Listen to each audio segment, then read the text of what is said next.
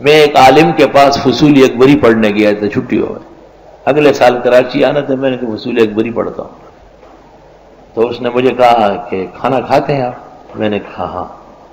صحیح کھانا کھانا پڑے گا تب میں پڑھاؤں گا۔ جمعے کا دن تھا، 11 بجے ہم پہنچ گئے تھے، 12 بجے مولانا صاحب کھانا لے آئے۔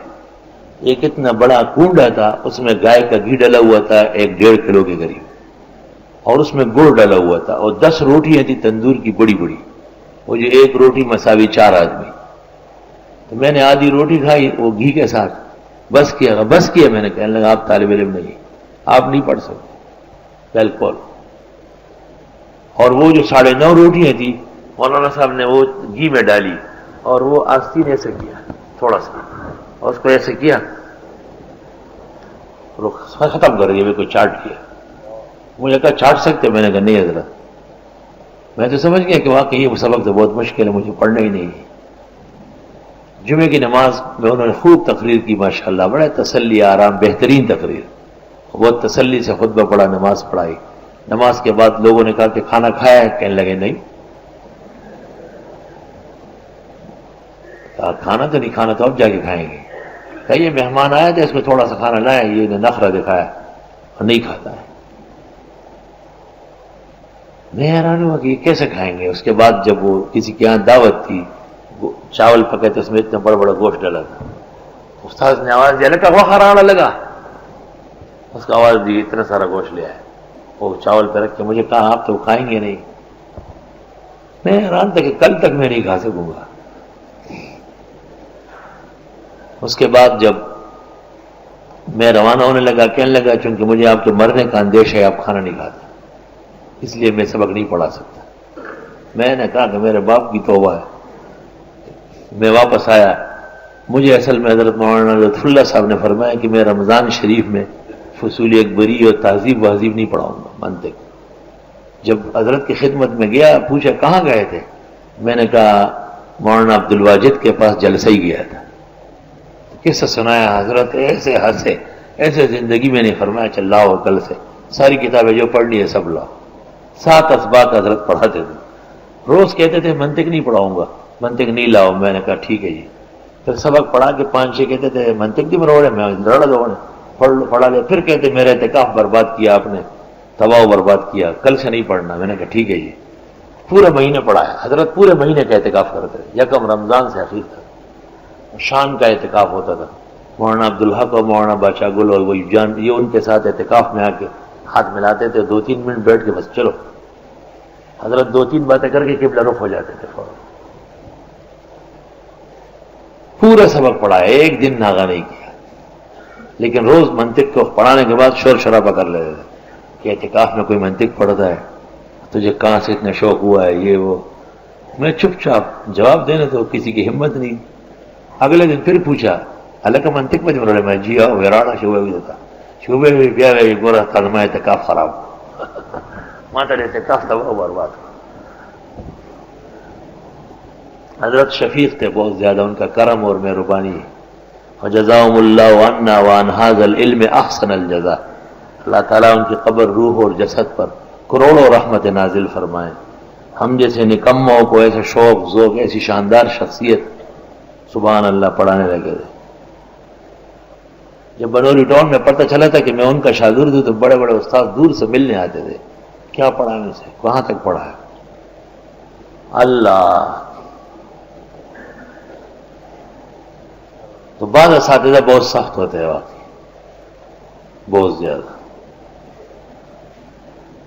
حضرت گنگوئی رحمت اللہ علیہ کا نظام بھی بہت سخت تھا، اور حضرت مولانا قاسم صاحب کا نظام بہت شیرینی اور بہتری کا تھا، کچھ نہیں کہتے۔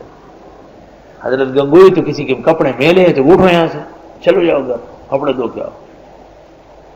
حضرت نانوتھی پرواہ نہیں کرتے تھے۔ تو حضرت گنگوئی نے ایک دن حضرت نانوتھی سے کہا تیری نرمی نے لوگ بگاڑے، تو حضرت نانوتھی نے کہا تیری سختی نے لوگوں کو دہلی سے نکال دیا ہے۔ ہر گلے را رنگ و بوئی دیگر است۔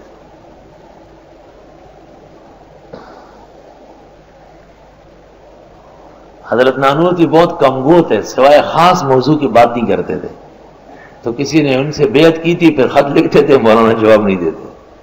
تو انہوں نے حضرت گنگوئی کو شکایت کی کہ میں اصلاح حال چاہتا ہوں، حضرت لکھتے نہیں مجھے.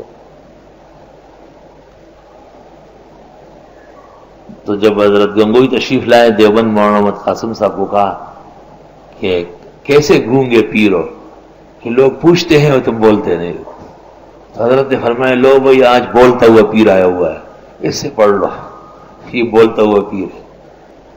جب حضرت نانوتوی کا وصال ہوا تو حضرت گنگوئی نے کہا کہ دنیا سے علم کی حلاوت ختم ہو گئی. حضرت گنگوئی کو مرتے دم تک کسی نے ہنستے ہوئے نہیں دیکھا. کوئی پوچھتا تو کہتے مولانا محمد قاسم کے انتقال کے بعد بھی میں ہنس سکتا ہوں. ایسا عشق اور محبت تھی. جس طرح انسانوں پر رحم کرنا ہے، اس طرح کبھی کبھی جانوروں پر بھی رحم ہونا چاہیے. ہمارے منصور بھائی باقاعدہ ہماری بھینسوں کی دعوت کرتے ہیں، پورا ٹرک گھاس خرید کے بھیج دیتے کہ آج بھینسوں کی دعوت ہے. تو یہ مسکین اس لیے تھے کہ ان کی کشتی تو تھی، چل رہی تھی، لیکن جو مزدوری آتی تھی وہ قابل کفایت نہیں تھی، گزارے کے لیے کافی نہیں. تو مسئلے دو معلوم ہو گئے. ایک تو یہ کہ فقہاء نے جو تعریف کی کہ مسکین اس کو کہتے ہیں کہ جس کے پاس کچھ نہ ہو، یہ تعریف غلط ہے. فقیر اس کو کہتے ہیں جس کے پاس کچھ نہ ہو. مسکین اس کو کہتے ہیں جس کے پاس کچھ تو ہو لیکن پورا نہ ہو. دوسرا مسئلہ یہ کہ اگر ایک آدمی کے پاس پیسے ویسے ہیں لیکن ضروریات پوری نہیں چل رہی ہے تو اس کو بھی زکوٰۃ دی جا سکتی ہے، مسکین ہے وہ، بشرطے کہ اس کے پاس نصاب موجود نہ ہو. 52.5 تولے چاندی یعنی 5,676 روپے. 5,676 روپے یا شکل نقدی یا سونا یا مال تجارت جس کے پاس گھر میں موجود ہو وہ کچھ نہیں لے سکتا زکوٰۃ. ہاں غیر زکوٰۃ لے سکتا ہے. وہ جو کشتی تھی وہ تو مسکینوں کی تھی جو کام کرتے تھے سمندر میں. فارت تو نہیں بہا، میں نے چاہا کہ اس میں ایب ڈالو. وکان وراءہم ملک، ان کے پیچھے بادشاہ لگا ہوا ہے. یاخذ کل سفینۃ غصبا، جو لے رہے تھے ہر کشتی کو بگاڑ میں. بادشاہی کام پڑتے ہیں نا، پولیس والے لوگ کی سوزوکی پک اپ سب پکڑتے ہیں. بادشاہ کا نام تھا ہدد ابن بدد. ہدد ابن بدد ظاہر آنگا ولد بانگا. ہاں یہاں ایک شخص آئے، میں نے کہا بیٹے کا کیا نام ہے؟ میں کہا دلہ. کیا دلہ؟ اس کے علاقے کے آدمیوں سے کہا اس کا نام ہے عبداللہ، لیکن اس کو کہتے ہیں دلہ. عبداللہ کو دلہ. نیو کراچی میں ایک تھا ہندو بھائی، پوچھے تم ہندو کیسے ہو؟ کہ ہندو نہیں بدھو. میں نے کہا بدھو کیوں؟ کہا بدرو. بدرو کیا بنتے؟ کہ بدر الزمان. بدر الزمان سے بن گیا بدرو، بدرو سے بدھو، بدھو سے ہندو.